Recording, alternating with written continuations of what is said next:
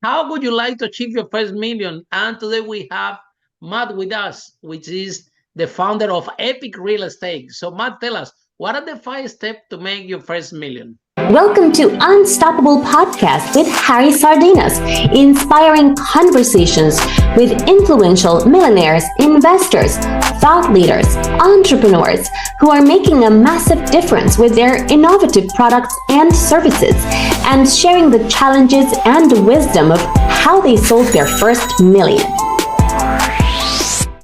To make your first million, I think generally speaking, you got to get really focused. You have to get focused on what your actual target market is, who they are. Second would be what's that product or service that you're going to provide them. Get really focused with that. And then pick your one lead source. How are you going to find them? How are you going to get in contact with them? And then have one consistent conversion method is would be the number 4. And I think if there's a number 5th, give it a 1-year commitment. And, business is not, in my opinion, let's test this out and see how it works type thing. It takes commitment. And, the first year is typically where all the learning happens. And then, damage starts to happen in year 2. That's when you really start to make moves and make progress. So you need a 1-year commitment as well. Well, that was amazing. Thank you so much. So Matt, second question is the following. This broadcast on Unstoppable, 5 steps how to make your first million. It happened to be that out of the 500 millionaires that we interviewed so far, 1 out of 5, 1 out of 6 are actually in real estate in some form.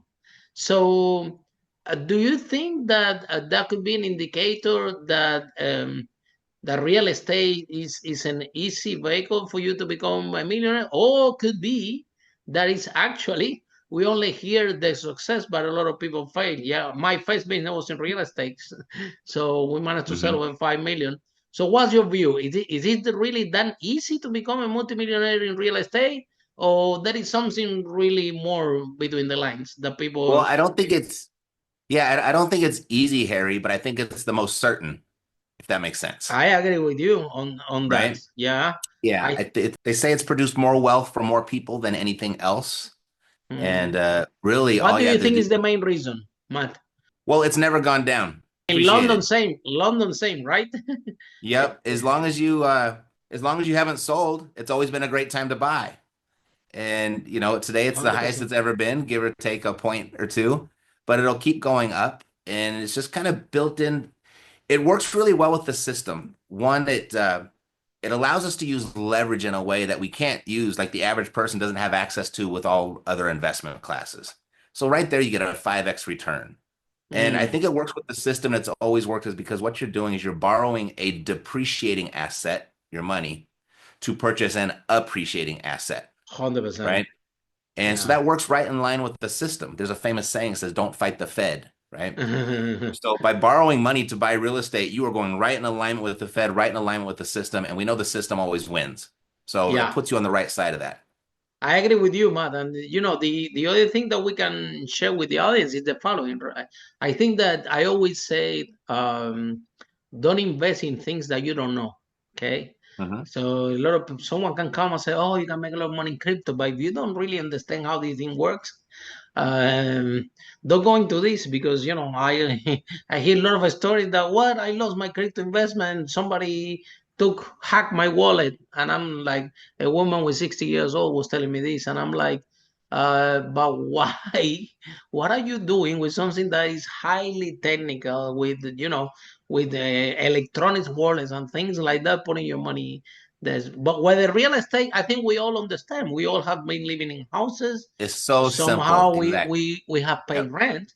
But the other thing interesting in real estate, I'm telling you because I also have a restaurant. I own several business, Hmm. and once I own a restaurant, and I had my real estate business also back in the day, and it was completely different ballgame because I remember that if I find one tenant, that tenant was for a year, and that's it. I don't need to worry anymore about it. And it's we can call it high tickets. I was doing rent to rent, so we're renting rooms, and some rooms was £600, some rooms were 800, £900, right? So I find one person, and that person is paying me for a year 600, 700, 800. Completely different ball game is when I had the restaurant that I have, I don't know, 100 seats. Right. And I need to find lots of clients. And the transaction, they spending 50, 60 pounds. And then I have food costs, operation, the kitchen, the bills. And I'm like, I'm not used to this. This business is gonna drive me insane, you know. So Mhm. I think that could be like business sometimes is like girlfriends, right? Some of them are better than the other ones. So Yeah. I mean, it happens the same with boyfriends, right? But I think that in my own experience, real estate is one of my favorite vehicles for people to become wealthy, and the proof is in this very same podcast. If you're listening this podcast, to our audience, you will notice that 1 out of 5, 1 out of 6 people that drop here, they're real estate investor in some form. However, Matt, the other thing that people don't talk about is, the thing with real estate is that when it goes wrong, we're talking 50K, 60K, 100,000. Mhm. And somehow, if you're in this business, eventually, that will be part of your journey because you're developing a skill. And become an entrepreneur is a skill. The more you practice, Mhm. the better you become. It's like driving or swimming. And Mhm. this mistake, whether you like it or not, Yeah. will come to you. So what is your view on this? How people can prepare? What advice do you have for people starting in the game that this is something that I can almost guarantee that in some form will Uh-huh. happen, right? Yeah. So I'm of the mindset that real estate is super safe. It's really safe. It's the people that are risky, right? 100%. It's your operators, it's your property managers, it's your contractors, right? Those are the It's the people risk that that you're insert taking in the the deals, like yep, trying to that make too inserts the much risk. without doing proper due diligence, right? Yep. It's pretty easy to look at a property and within a few small math calculations, figure out its value and figure out how much it's going to generate as far as income. That's pretty darn easy. It's hard to mess that up, right? That doesn't take a whole lot of People education. do, huh? Well, I mean, I guess they do if they don't educate themselves. It doesn't take a lot. But where they don't do is they don't do as much due diligence and math calculations on the people that they're working with. Maybe And the first that, two, three properties they make very good money, and they thought, well, I'm the king of the world. I got this under control, and then they don't do the proper due diligence, and then that is when the lesson comes. well, Yeah. if you're talking to this many real estate people on your show, then start asking them, what was the reason? Like, think of your deal that where you lost the most money. What was the actual reason that you lost money? I guarantee almost none of them will say, oh, I figured out its value wrong up front. They're going to say, I got screwed by a contractor. I got screwed by a property manager. I got screwed by a business partner. That's what they're going to say. They're not going to blame That's the what real actually estate. they're saying. That's actually what Mhm. they say. Don't get me wrong. Yeah. I think sometimes this is part of the process. Yeah. I have made a lot of mistakes in property. Yeah, but I think that these have shaped me in a way that I understand it. Well, we can call it very well. I have a deep understanding Mhm. of that right now. Yeah, but it didn't come from the sky. I make Mhm. some mistakes down the line, and those mistakes they cost money. So when I lose money, I Right. learn very quickly. Yeah. Then, man, Yeah. but I mean, how that's you? another thing. Yeah, when you lose money, oh boy, this is you Well, learn. what I was gonna say, Harry, is when you do lose money and when you do get those painful experiences, you want to make sure that you're walking away with the right lesson. And 100%. sadly, people walk away with the lesson that, ooh, real estate's risky. I'll never do that again. And you just made a Yeah. huge investment in your education, and now you're not applying your education to the greatest wealth producer of all time. So make sure that you do learn lessons and you apply it. 100%. So, Ma, but tell us how you particularly fall in love in real estate. Do you read any book? Any member of your family is an entrepreneur? A friend told you? How you end up in Hmm. this? By accident? Yeah, actually by accident. That's actually very accurate. Same like me, yeah? Yeah. I was in the music business for 15 years and I did Wow. really well for myself. Really? Yep. And then So do you I play had a an small little instrument? Do record you label. sing? What were you doing? No, as a producer. Oh, wow. That's as why a you're good in producer. real estate because you need to learn how to manage the money as a producer, right? Maybe, It's but easy the in real estate than be music producer, yeah? That's way more complicated, right?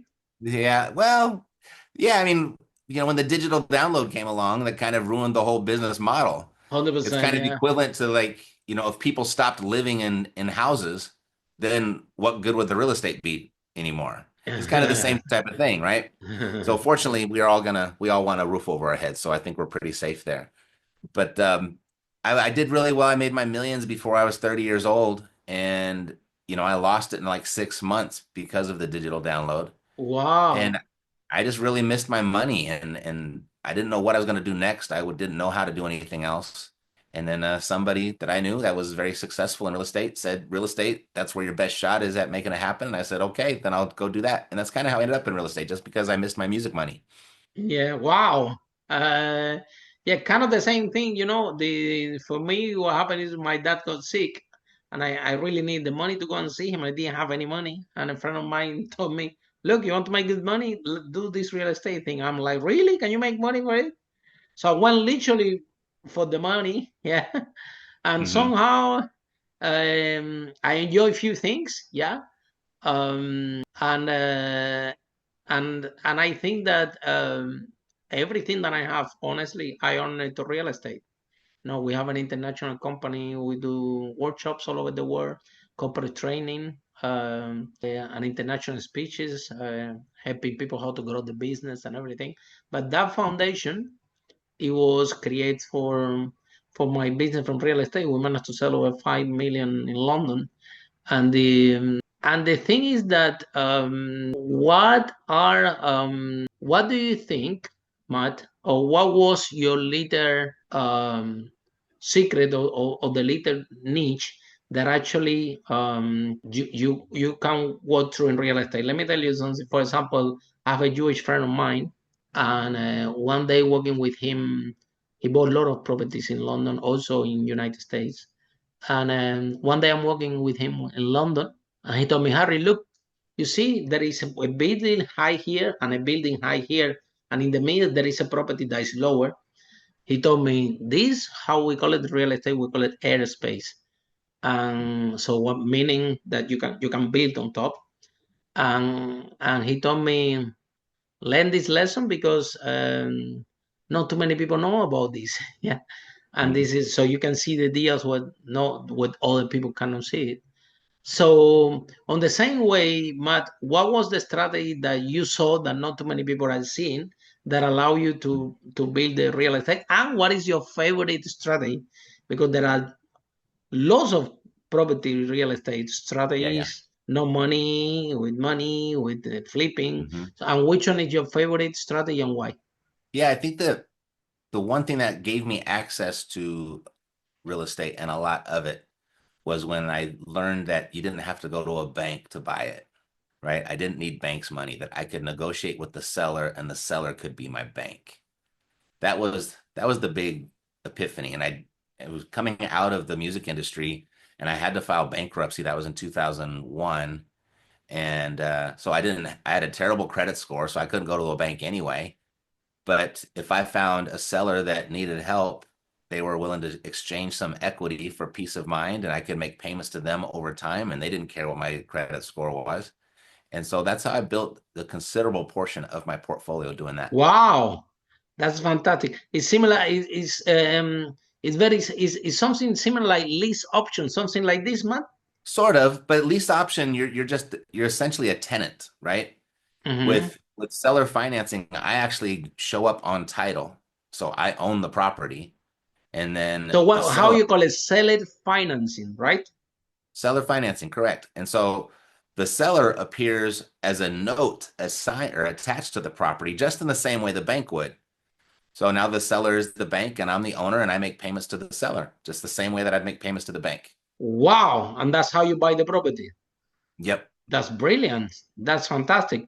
It doesn't because in London, a lot of people were doing we call it lease option, which it was they were leasing for and the right to buy. I think that the contract Right. was like they were leasing for 5 years, and then at the price of today. And then after 5 years, they had the right to buy the property, and they were renting in between, and they were doing some contracts. I know a lot of people in London, in UK did this, but this way, like for example, this strategy is really powerful, really powerful, and not too many people know about this. So, how you find it? I paid for it. I paid for it. I found an educational program out there and I joined it. Wow. And they taught so much. I mean, there was a million ways to make $1 million in real estate through this program. But this strategy is very powerful because you but it was the only one that was really correct. It was really the only one that was available to me. So I had no choice because I wasn't credit worthy. So and you became really good at it, right? Yeah, definitely. Yeah. So and then so it's kind of similar, Matt, then to rent to own, kind of, no? You will renting to own it in the end? Nope, I own the property. You own from day one. Wow, that's same amazing. thing. It's the exact same thing if I went to a bank. Exact same thing. Nothing is different except making payments to the bank. I don't make it to them. I make it to the seller. That's the only difference. Everything else is exactly the same. This is brilliant. Yeah. And then, Matt, let me tell you a story. Yeah, in this very same podcast, it came one guy, right, and he has 40 exits, right, and he moved to Colorado. 40 exits in 40 different business. Right, he sold it for millions, all of them, and then he went to Colorado and he told me, Harry, he has been in this podcast actually. He told me, and then Harry, I ride to Colorado and I want to build I want to do property, and I've done property before, so I want to do property. And he told me, I just started 2 years ago and I have now a very good property portfolio. And I said, man, and how you did it? And he told me, Harry, this is how I did it. I find who's the best property mentor in Colorado. I pay him a lot of money, and then he told me. And this is the thing that this guy have 40 exits. So it's someone that have a deep understanding how to run a business, we can say, right? Still, even with that knowledge, knowing how to run business, he decided that the best way of how the fastest he will become is actually paying a mentor or a coach to show him how to do it. And of course, after he paid this lot of money and this guy show him everything he knows about the property, and he's a big shot that knows how to take business off really quickly. He doesn't have a problem with this. Very quickly he scaled. So the reason that I'm pointing out this, because you said you bought a course and you learn all these strategies, but I think that this is the mind of the successful people, the kind of the mindset, whether you always hear broke people say, well, I don't need a mentor, I don't need a coach, this is I can figure it out by myself. So what is your view on this? Because in the end, this story is actually very common. A lot of people that they are successful, they just telling me like this, I just bought a course and learned, and I start to apply. So what do you think, Matt, that people are so reluctant to, especially mentoring and coaching from you, let's say, for example, that you already done it, start from scratch with nothing, and now achieve a certain level of success. So you're more than qualified to actually guide someone, and the people don't see that value. They prefer to do trial and error. And like I described before, the trial and error in property, if you make an error, it's expensive. More expensive than the course. More expensive than the course. Yes. Yeah. So then, Matt, what is your view on this? Why people are so effective about coaching and courses? I think it's a personality type. I think first it's fear, because I think if people knew it was going to work, they would invest whatever they wanted to invest in it. So they have that fear that it might not work. And the second thing, I think it's a personality type where people just think, hey, it doesn't look that hard. I can figure this out. I can do it. And a friend of mine called me, Matt, look at it. A friend of mine called me, and I know most of the property mentors in United Kingdom. because I've been in the space for so long. So I know someone. I actually organize events. They have spoken my events, most of them, right? So, and a friend of mine called me and told me, look, I bought this course from this person. It's gonna be, we're paying 20,000 for it. And he told me, Harry, I'm concerned, man. I don't know, it's so much money, and do you think that I'm gonna make this money? My wife is concerned that I invested this. And I told him, I said, listen, even if everything, I asked him, how many people bought the course? He told me it's 20 of us. So I said, okay, fine. Imagine that you don't even learn anything in that course. Yeah? You are in a room where everybody paid 20K just to learn.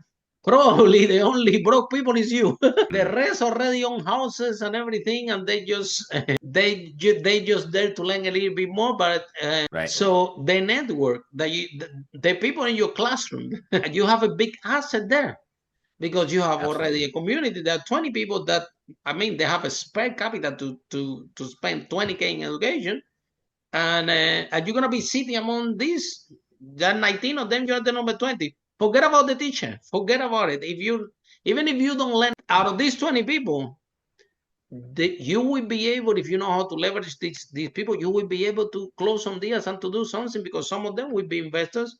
So the investor don't want to work. They only want that someone package the deal for them. There are other people packaging deals that can partner with you and teach you how to packaging deals and things like that. So that was my advice to you. I said, look, you should go there and embrace it. It's only gonna go wrong if you want it to go wrong. But like I said, even if you don't learn anything from the teacher, still, if you go there with the right mindset, it's gonna work for you, right? Yeah, absolutely. I mean, that was what, 20 years ago when I invested in that course, and I still probably spend 100 grand a year in masterminds just to be in the room with Wow. people that can afford being in that room. You're exactly right. Actually, my property mastermind that we have in UK, it was really, really amazing, really beneficial. I met a lot of people. Today, they are my friends. And pretty much anything going on in real estate, I can actually make a phone call, even if it's international. Mm-hmm. And they, because some of them own property, in different countries and things like this.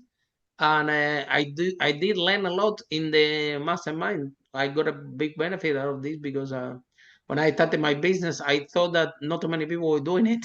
And I Mm-hmm. thought that my strategy was the only strategy. I was doing something called rent to rent. So basically, you rent a property, you fix it up, and then you rate it individually by the units. Yeah.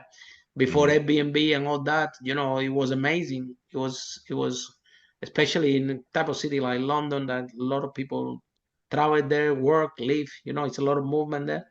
So Mm-hmm. so I find the right spot with the right strategy, and it works and spectacular, to the point that one day I arrived to the office and my manager told me, Harry, go home. We don't need you anymore. Go travel the world. We can run this. You already told us how to find the houses, so we can find the houses for you. We already know how to rent them. We already know how to call the maintenance. We don't need you here. What are you doing here? They were telling me, actually, the only problem in this company is you that come here to talk to us, don't let us work.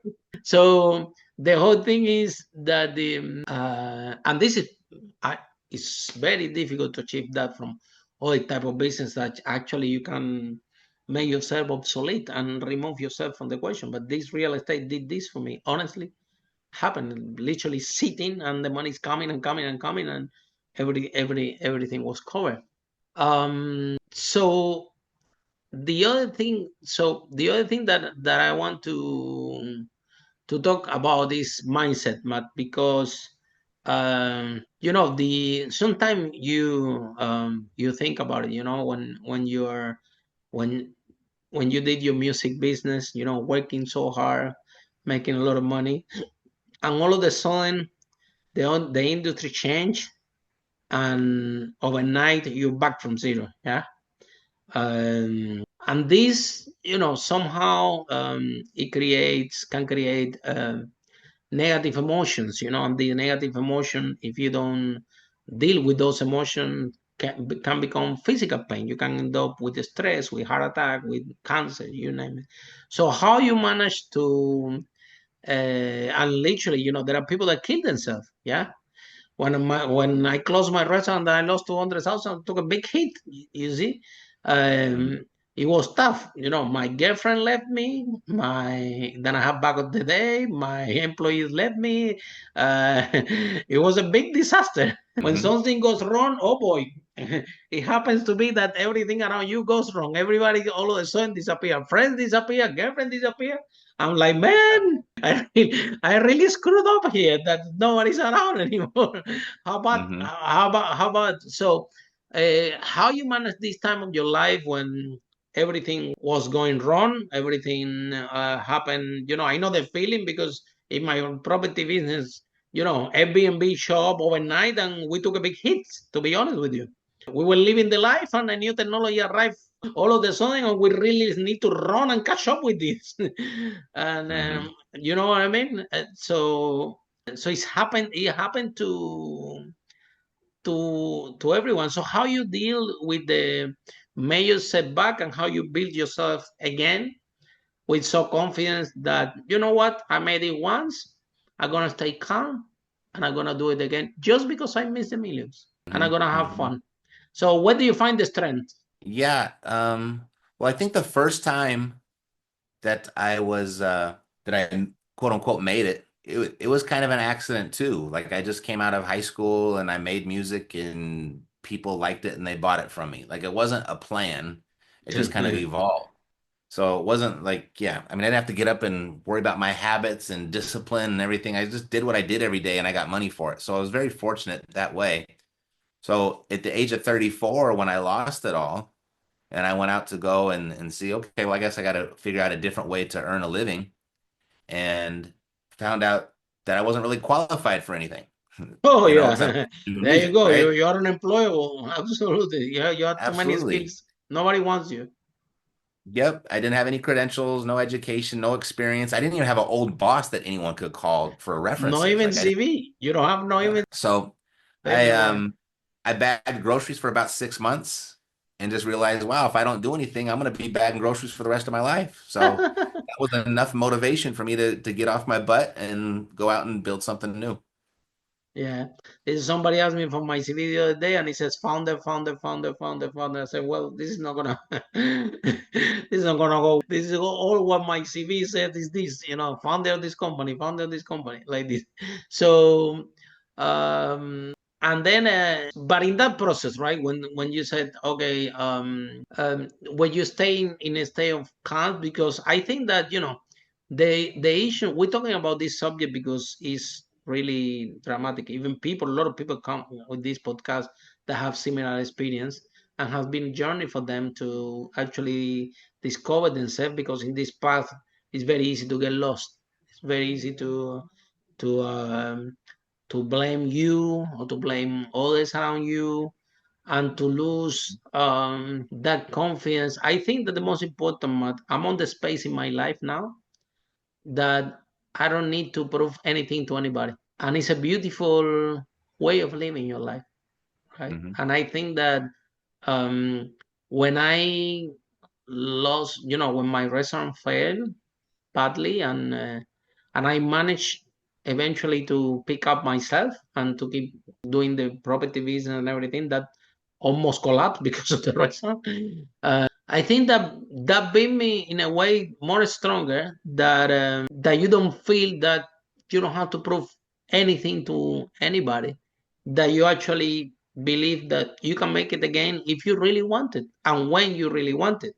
But it's difficult to get to this state of mind. It goes a lot of negative thought goes into this process because you're thinking, oh my God, I worked so hard and then overnight everything disappeared. What was the point, right? But then, Matt, here's the big lesson, yeah. And this is the lesson that everybody want to hear, yeah. What message do you have for people, right? That this is what they do. They grow in a business, yeah. They take all the money they make and they reinvest it in the business. They take all the money they make, they reinvest it in the business, And then all of a sudden, market change, conditions change, new technology change, COVID come, you name it, overnight, you're out of business. However, another more efficient way could be make money in your business, take this money, buy real estate, the money that you're making from the rent of the real estate, invest it in marketing, grow your business, make more money, buy more real estate. So if something happened with the business, still you will have the assets. And this part of the equation, but nobody teaches this and nobody talk about this. Only people like us that make a lot of money and you know and fail and lost a lot. Realize actually what is the mechanic behind. So, what advice do you have for entrepreneurs out there that they're so in love with the business and the business making money and they think that they're gonna conquer the world and maybe they will and the business can outlast them, but it's really rare. There is only few Apples or Microsoft or Google's or things like this, and people have to be more entrepreneurs have to be more aware actually how the business dynamic well and works and the risk that is involved, and we are in a competitive space, so we have to find way to diversify the funds. So what your message for young entrepreneurs so they cannot experience hard time like we have? No, I think what you laid out there is key, right? To purchase and acquire income producing assets, and whether it's real estate or something else. I think that slight diversification of the type of money that will work, whether you're working or not, right? We know it as passive income, but we know it's not passive also, but we do know it's money that we can earn that's not dependent 100% on our time that's involved. There's a great book, and this changed my life. I read this about 5 or 6 years ago. I wish I would have read it in high school. I think life would have turned out very differently for me. But Profit First by Mike Michalowicz. Wow. And it's just about automating the money in your life. So money comes into your account that have an automatic withdrawal goes to a savings account, automatic withdrawal goes to a tax account, automatic withdrawal goes to a vacation account, automatic withdrawal goes to an investment account. And just happened, you just set it up automatically. And you just the way I did is I started really small. I put $20 a week in crypto. It was kind of how I started like 6 years ago, 7 years ago. Wow. And so I just did $20 a week. And then I went a couple months, okay, let's bump it up to 30, bump it up to 50, we'll bump it up to 100. And you just keep on bumping it up gradually until you get to a point like, okay, well, I need the money to live on, so I'm going to stop right there for a little while. And you just be blown away on how quickly that adds up. It adds up so fast. And I think that's key. Like, so you could have just one account, like, okay, this is going to be my real estate account. So just the money, $100 a week goes in there, $500 a week, whatever it is that you can push. And you'll be like, okay, well, this is ready now to go ahead and buy a piece of real estate, and you just keep it going.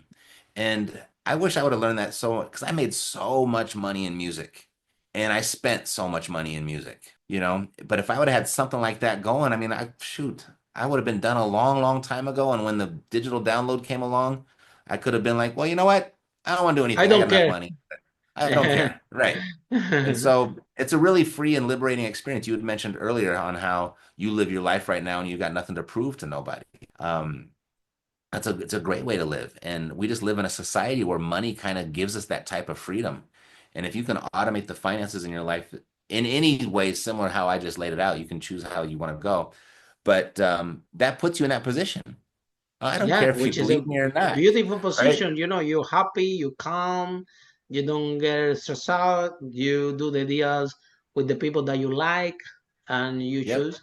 The other thing, Matt, is that the strategies sometimes they are very specific strategies. I guess they don't work for the whole United States. So there are specific areas that your strategy work better than the other one. I think same like in UK, that in some part of the country one specific property strategy works better than the other one because the dynamics is different.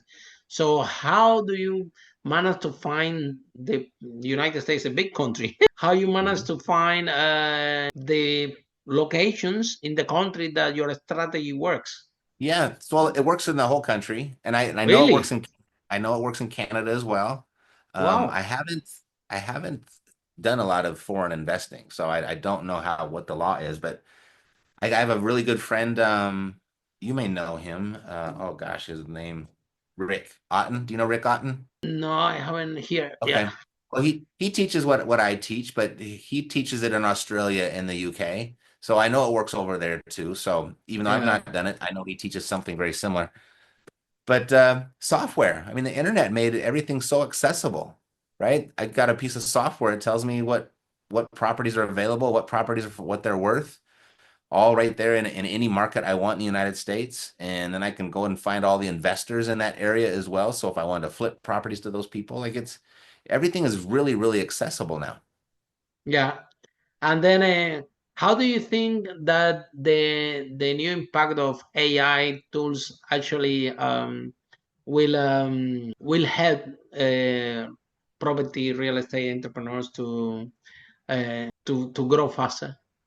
Well, it's already helping quite a bit. I mean, in our software, we have it, we're always looking for distressed assets because that's where the discounts are, right? So we're looking for mostly the owners of those properties that are experiencing some sort of distress, whether it's personal distress or financial distress, or maybe the property itself is in distress. But just because a property owner is in distress doesn't mean they are going to sell you their house at a discount, right? But with AI, you can start looking at other parts of that person's life, not them directly, but you can see patterns. And so, okay, so people that own this type of property at this season in their life that live on this street and subscribe to this magazine are more inclined to file bankruptcy or sell their property at a discount than someone that lives on the next street over and has no magazine subscriptions, right? So I'm putting out some random stuff there, but the AI Yeah. allows you to do that now with people and detect patterns that weren't available to us before. I mean, certainly we could go find a property that where the person wasn't making their mortgage payments, so there might be a problem there, right? But just they might just be behind for a couple months. That's it, and then they catch up, and then they're off the way, and everything's fine. But if I can find out, okay, that person is behind on mortgage payments because they have a family member that's dealing with a drug addiction and it's draining their bank account, there's very few times that you recover from that scenario. It Mm. takes a while, right? So it typically gets worse before it gets better, is what I'm trying to say. And but now we have access to that information we didn't before. So now I don't spend all my money on all of the people in foreclosure. I just spend on the people that are in foreclosure that have these other little signs as well. And AI tells us all that. So that's one way. Mhm. Yeah, that's brilliant way to look at it, right? And Hmm. I think that a lot of controversy is coming with AI, but the truth is that the entrepreneurs that learn how to use AI and use it effectively, they're about to have an edge against your competitors. So our message from here is, you see, if you don't like AI, you don't know what it means, you don't even want to hear about is, you don't like software, start at least to read and learn a little bit about it, because if you're in business, your competitors are reading, your competitors are using Hmm. it, and they can become very productive. Very Yep. productive, very efficient, and all of a sudden, people say, oh, but AI is gonna keep people, is gonna take job away from people. Well, if you don't learn it, it's gonna take all the jobs away from your company, because company will be closed Hmm. because the competitors, they are using it and producing more. So Yep. Matt, if people want to reach you, people want to, they're in love with the conversation that we have today, how they can find you, how the process works, how can you help them? Can you tell a bit more about this? Sure. Well, if they're listening to a podcast, I've got the longest running real estate podcast on the internet. We started in Wow, 2000. really? Yeah. My Yep. hero. So we started that in 2009, and we had to explain to people what a podcast was back Oh then. my God. Yeah. So we have that. So that's a good place to epic real estate investing there. And then we have a regular old website like everybody else at epicrealestate.com. Wow, that has been fantastic. Wow, this is an honor for me. The longest running podcast in real estate. That's amazing. Yeah. So, Matt, thank you so much for the interview. This has been really, really powerful. You made my day. I love real estate. Thank you, Harry. Appreciate you having me. Yeah, and thank you so much for joining. Thank you so much for sharing the information. And last message for people that they are young entrepreneurs, that they are people are having hard time. Maybe they lost all the money in the previous business, or they are very young and they want to start in business, and they haven't found their way there. So what message do you have for these people related to one of the easiest more profitable vehicles that is on the planet, with no doubt? What message do you have for them? I would say everything that's possible out there exists in the conversation with another person. So if things aren't going well for you, be intentional about changing your environment and get into conversations where things are going well for those people. I think, and just miracles happen. Things that you, with no intention to detach yourself from the outcome, just start talking with winners and and you'll see things that will be created from those conversations, and you have no idea what they are, but they will show up. So I would say that would be the best place to start. With that note, thank you so much, Matt, for the broadcast, and for all of you following this Unstoppable. See you in our next episode, how brave entrepreneurs like Matt break that wall and achieve the first million. Bye for now. See ya. Follow us for more interviews with world's most influential, audacious entrepreneurs that overcame challenges and adversity, providing you with the blueprint of how they sold their first million so you can grow your business exponentially.